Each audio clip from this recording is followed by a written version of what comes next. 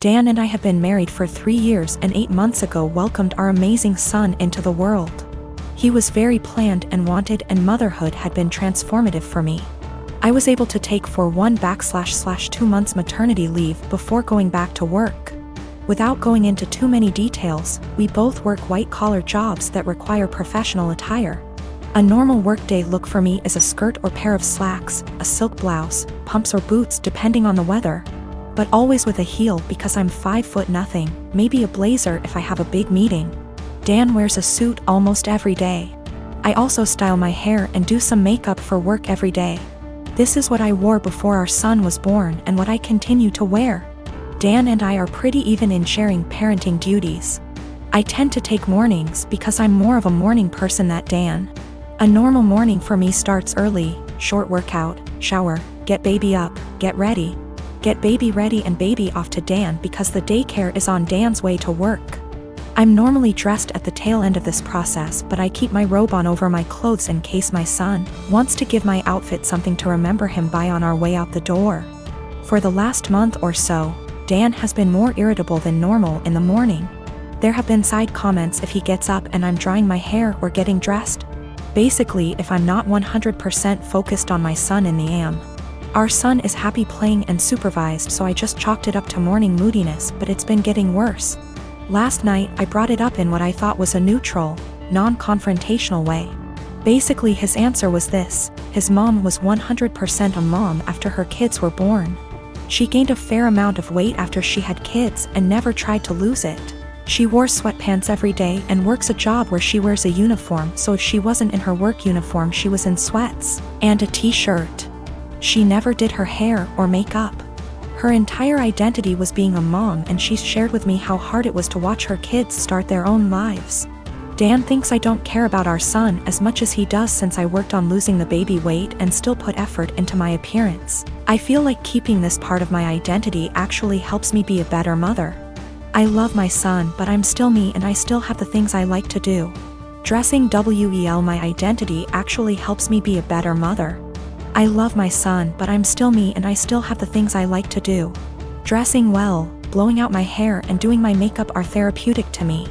Now that being said, my son is my life, and if I knew that not doing those things but guarantee him a happy, healthy life, I would stop immediately. I told Dan that my son and I have our morning routine and he gets lots of time and attention before I go to the office. Dan said he wasn't looking to fight, but he just wanted me to think about my priorities and my time management. For some weird reason, my mother-in-law really wants to go into our bedroom whenever she comes over.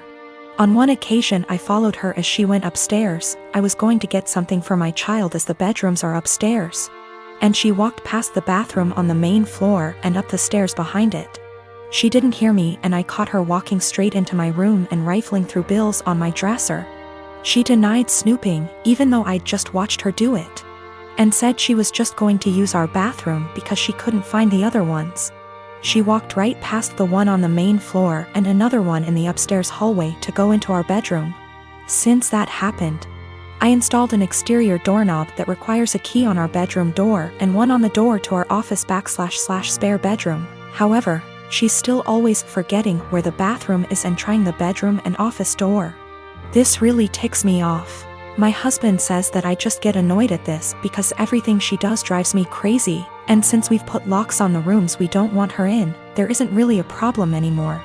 Well, over the holidays we had my in-laws over for dinner, and before they came I was searching for the bedroom keys. We hadn't used them in a while since we only lock the doors when mother-in-law comes over. My husband told me we didn't need to lock the doors since she wouldn't try to get into the rooms, and I insisted that she would because she loves to snoop. We went back and forth and decided to cover the doorknobs in superfine glitter to see if she tried them. I did this once before when husband didn't believe me about the snooping to prove she'd been in the rooms. Last time she ignored the glitter and we didn't say anything about it, but then my husband couldn't deny that she'd tried to snoop. So this time I covered the knobs in glitter, and for the office went a touch further and rigged a little folder of glitter over the door to the office before the in-laws came over. I left it one side unlocked, French doors, and it was set so if you walked in the room you would get covered in glitter. Husband goes out of his way to show his mom the main floor bathroom when they got here and specifically asks his parents and sister Not to go upstairs. There's a baby gate so the kids can't get upstairs either. Well, guess who had to go to the bathroom and got covered in glitter and had it all over their hands and hair? She completely lost it and started screaming at me, so I yelled back, and now my husband is saying I went too far. Apparently her car is ruined now too because it's covered in glitter that she can't get cleaned up. I will be ordering some cellulose glitter that is biodegradable and safer for future projects. And if she comes over again, I will set up a camera. Or at least print out some fun fake documents so if she snoops again, she can at least find something interesting. I am a 39 years old male, and I lost my late wife 6 years ago. I have a 16-year-old son, Daniel, and I recently got engaged to my fiancé of 2 years. Her mom and I aren't on good terms because of how she behaves. She's a controlling, self-centered, Dolly Parton wannabe. I learned to ignore, but she's been annoying Daniel and criticizing his personality regularly. He's a private kid and still hasn't gotten used to the new family dynamic, but he's in therapy and is doing fine. She keeps diagnosing him left and right, calling him antisocial, autistic and other crap. Fact is, Daniel is a shy, well-mannered kid, but people confuse that with being antisocial. Mother-in-law tried several times to force Daniel to open up by embarrassing him with personal questions on family dinners and test his personality type. I've realized the effect her behavior had on Daniel, so I gave him the choice to no longer be in the same room / house as mother-in-law, and he appreciated this a lot. Mother-in-law didn't like that Daniel kept his distance and no longer visits and kept ing about how spoiled he will become for her daughter to deal with. I told her to stop bringing it up, but she cried, "I'm just doing this for Danny." Last week she visited unexpectedly, wanting to say hi to Daniel. After Daniel greeted her, he went into the bathroom and she went into the living room with my fiancé. I was in my bedroom when Daniel came and said his journal was gone. We looked for it but didn't find it. I asked my fiancé, who was alone in the kitchen, but didn't see it. I paused for a second to ask where mother-in-law was. My fiancé said in the living room, but I saw her coming down the stairs. I asked where she was. She said the bathroom. I saw her purse in hand, so I bluntly asked if she took Daniel's journal. She looked offended and called for my fiancé when I insisted to see inside her purse. She wanted to leave, but I didn't let her. Fiancé told me to stop it, but I insisted, and the journal was there. Mother-in-law tried to explain this was her only chance to get to know Daniel better because she cares about him. I blew up at her and berated her for stealing from my son and told her she's banned from my house for the stunt she pulled. She argued with me, then left. My fiancé apologized for her but said banning her from the house was over the top. It backlashed and father-in-law argued and hoped his daughter realizes how I am and call off the wedding for refusing to apologize to Mil.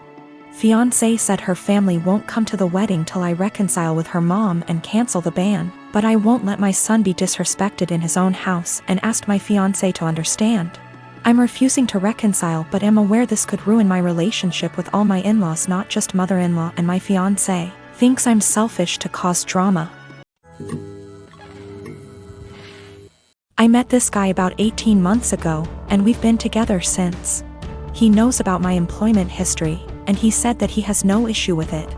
Though he did ask me to tell his family the white lie I occasionally use on my CV and stuff, which is that I was a waitress. A month ago we found out that I'm 2 months pregnant. He says this is great news, and we should move in together. I assumed he'd be moving into my place because he rents his far smaller 1-bedroom flat while I own mine. And I have room for a baby's room while he doesn't. Also, I really don't want to leave my flat. It's my flat, I love it, I could see myself living here for the rest of my life. And I don't want to lose the security of owning a flat and have to go back to paying rent or a mortgage each month. However, he then said that he didn't want to move into my place, and said I should sell it and we buy a place together. I said that I like my place, it means a lot to me that I was able to buy it. And it represents years of working my arse off, scrimping and saving.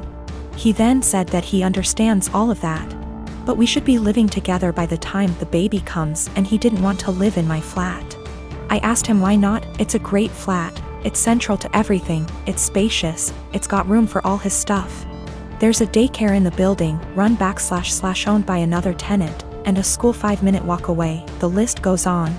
And he said that he didn't want to live in a flat that was bought with stripper money. That really pissed me off, and I told him no.